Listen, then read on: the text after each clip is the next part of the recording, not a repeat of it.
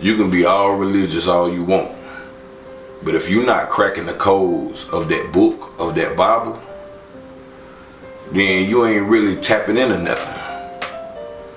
You living in a certain state of mind and that's it. But you're not really fully understanding, or should I say understanding, what's really going on, especially if you're a person that knocks astrology, psychology, numerology, and things of that nature, because it's deeper than what people think. I take it with Adam and Eve. A lot of people don't even know that Genesis means the genes of Isis. And you can go look that up before I even go deeper on that subject, but I'm gonna move forward. But Adam and Eve are the potential in all of us. Atom is Adam. Adam is atom. The atom, the start of creation, the generic man. Eve represents evolution as we evolve. The fruit represents the part of us that can be food, which reveals our nakedness, which make us feel guilty and ashamed and have to hide ourselves. The serpent represents the life principle that goes from the base to the crown, which is the Kundalini energy flowing between the masculine, Adam, and the feminine, Eve. The same way you see it on the back of the ambulance truck. The shaft and the snakes. When God walks through the garden, he looking for him, trying to figure out what he ate. And they say, oh, we naked. And God like, who said you was naked? How do you, God didn't even know they was naked. He asking them who told you you was naked?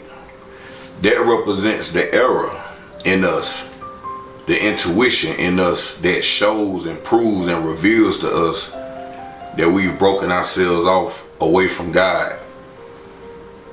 That's when you done broken yourself off away from harmony, meaning you are out of line or out of bounds or out of alignment with your pure self. Your pure self, your peaceful self, your self of perfection. And when God was walking through the garden, talking to Adam and Eve, and they going back and forth, the man that you put here, the woman that you put here, she made me eat the apple. And then, the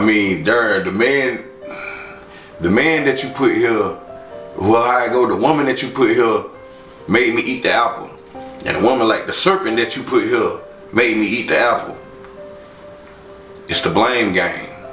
But regardless of you jumping back, battling with yourself, trying to justify and make it make sense, the true God in you, the pure self of you, know that you made a mistake. You're doing the most instead of just being real about it. So, a lot of people read the Bible with face value, but they haven't learned how to crack the codes. That's why they're so quick to knock spirituality and so-called new age stuff that's been around since the beginning of time.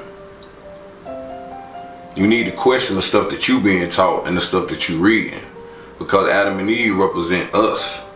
That's why in that section it said that man will become one of us, because the eternal mind does not desire to remain in bondage.